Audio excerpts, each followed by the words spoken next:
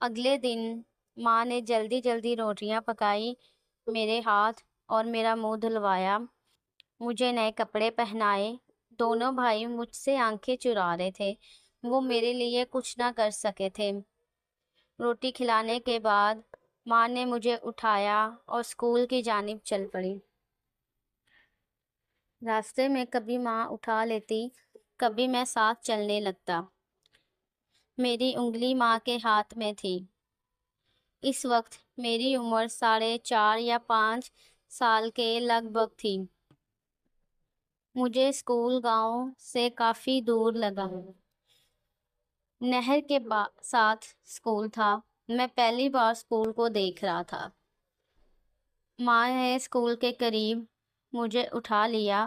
یوں یوں اسکول قریب آ رہا تھا، میرا خوف بڑھتا جا رہا تھا۔ آخر ماں مجھے اسکول میں لے کر داخل ہوئی۔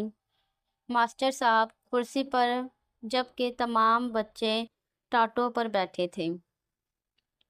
ماسٹر صاحب کے سامنے ایک چھوٹی سی میز کے اوپر ایک رجسٹر اور ساتھ ایک ڈنڈا پڑا تھا۔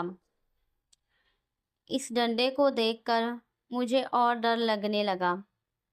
ماں نے مجھے ماسٹر صاحب کے قریب اتارا۔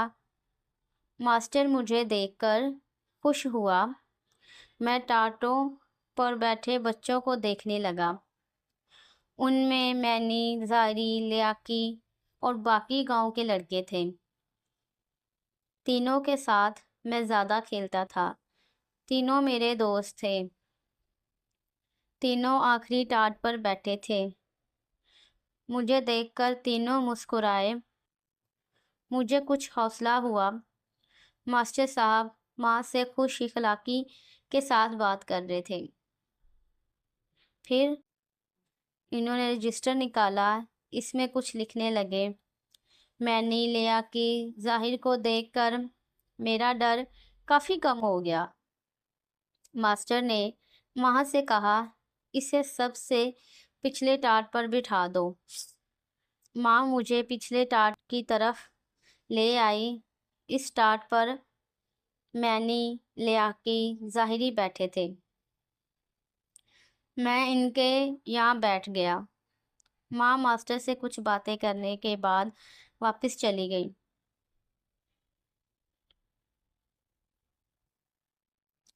ماسٹر نے تمام بچوں کو میرے کے ساتھ خسر پرسر کرتے رہا۔ وہ اب پڑھنے لگنے، میں بھی ان کے قاعدوں پر پڑھنے لگا۔ اسکول میں میرا پہلا دن اچھا گزرا۔ چھٹی کے وقت ماں آ گئی۔ اس دن ماں بہت خوش تھی۔ وہ واپسی پر تمام راستے مجھ سے پیار محبت کی باتیں کرتی آئی۔ راستے میں اس نے مجھے سمجھایا کہ دل لگا کر پڑھنا، اگر تم دل لگا کر پڑھو گے تو بڑے ہو کر بڑے آدمی بنو گے۔ اس دن مجھے ماں کی اچھی باتیں لگی۔ یوں میری زندگی میں اسکول آ گیا۔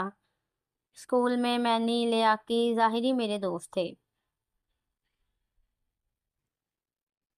ان میں سب سے زیادہ مینی میرا قریبی دوست تھا۔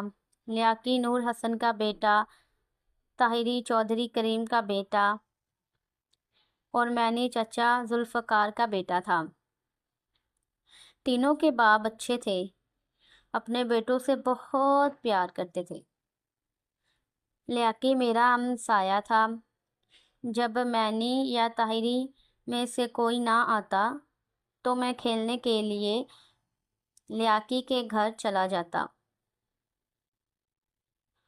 میں اور لیاقی نہر کی طرف جانے والی بڑی سڑک پر آ جاتے، جہاں سڑک کے ساتھ بیریوں کے پیڑ تھے۔ ہمارا قدم وہاں آ کر رکتے۔ پہلے ان بیریوں سے بیر اتارتے۔ جب بیر کھا کر دل بھر جاتا تو بڑی بیری کے نیچے بیٹھ جاتے۔ بارہ بیتی کھیلنے لگتے۔ جب بھوک لگنے لگتی تب ہم گھر آ جاتے۔ گرمیوں کی راتوں میں ہم سب مل کر الگ چھپ